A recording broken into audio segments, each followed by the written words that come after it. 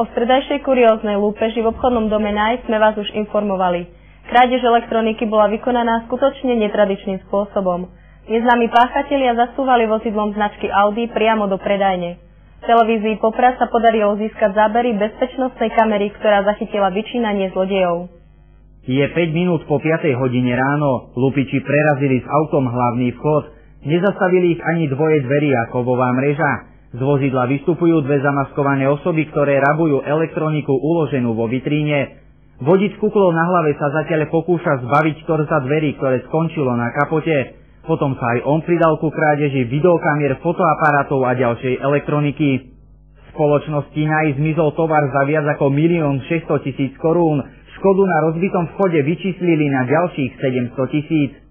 O necelú hodinu po prepade vyrážali hasiči k požiaru auta medzi Svitom a Batizovcami. Horelo vozidlo značky Audi s poznávacou značkou Českej republiky.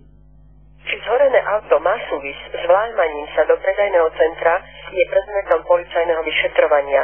Prípad vyšetrujú popradskí policajti. Každá pomoc zo strany verejnosti je vítaná.